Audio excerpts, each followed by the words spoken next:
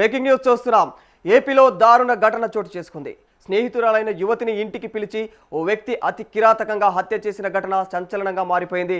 విజయనగరం జిల్లా రాజాంకు చెందినటువంటి చింతాడ రవీంద్ర నేవీలో టెక్నీషియన్గా పనిచేస్తూ ఉన్నాడు.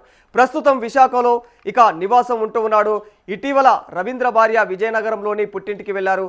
దీంతో ఇప్పటికే ఆయనకు పరిచయం ఉన్నటువంటి విశాఖకు చెందినటువంటి మౌనికని ఆదివారం రాత్రి తన ఫ్లాట్కు పిలిపించుకున్నాడు.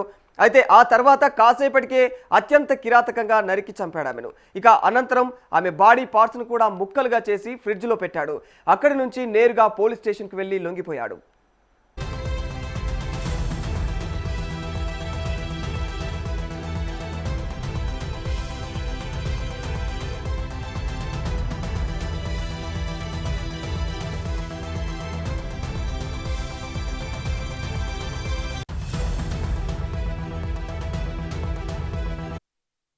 డబ్బుల విషయంలో ఇరువురి మధ్య గొడవ వచ్చిందని ఆ కోపంతోనే కత్తితో మౌనికను చంపి ముక్కలుగా కోసి సగభాగాన్ని ఫ్రిడ్జ్లో ఉంచి మరో సగభాగం మూట కట్టి ఇంట్లో మూలకు పెట్టి రవీంద్ర పోలీస్ స్టేషన్లో లొంగిపోయాడని పోలీసులు ప్రాథమికంగా నిర్ధారించారు.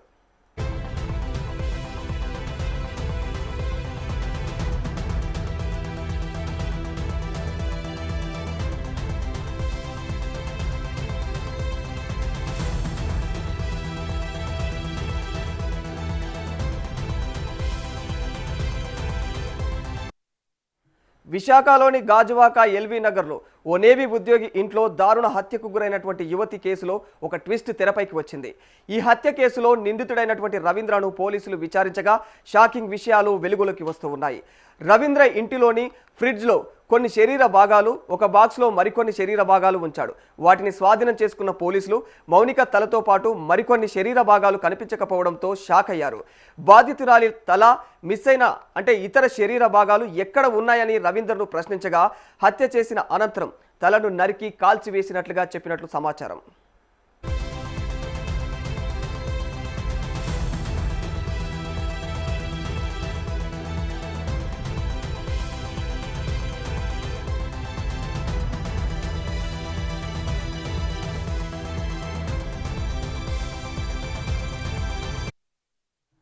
మరి యువతి తల మిస్ అయిన పార్ట్స్ను నిజంగానే కాల్చేసి ఉంటే ఆ పని ఎక్కడ చేశాడు అనే ఆనవాళ్లను కనుగొనే పనిలో పోలీసులు నిమగ్నమయ్యారు.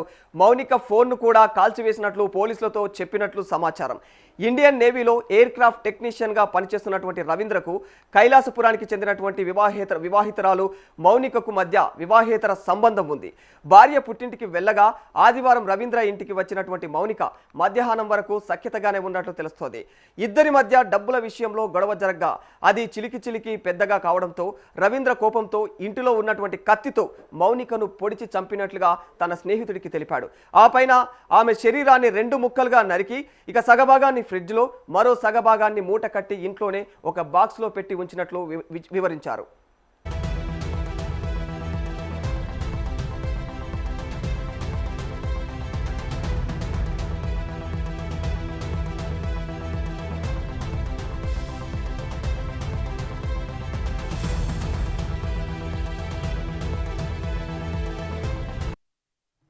రవీంద్ర చేసిన దారుణాన్ని అతని స్నేహితుడు పోలీసులకు తెలపడంతో విషయం బయటకు వచ్చింది. వెంటనే రవీంద్ర ఉన్నటువంటి అపార్ట్మెంట్కు వెళ్ళి చూడగా బయట లాక్ చేసి ఉంది. దీంతో రవీంద్ర ఫోన్ను ట్రాప్ చేసి అతను ఉన్నటువంటి లొకేషన్ను కనుగొని పోలీసులు అదుపులోకి తీసుకున్నారు అతన్ని. నిందితుడు కూడా ఆత్మహత్య చేసుకునేందుకు ప్రయత్నించినట్లుగా కూడా సమాచారం ఉంది. డబ్బు కోసం తీవ్రంగా వేధించడం వల్లనే ఈ హత్యను ఈ విధంగా చేయాల్సి వచ్చింది అన్నట్లయితే పోలీసుల విచారణలో అంగీకరించాడు. కాగా మౌనిక భర్త, ఆమె బంధువులు ఈ హత్యపైనైతే ఇంతవరకు స్పందించలేదని కూడా తెలుస్తోంది.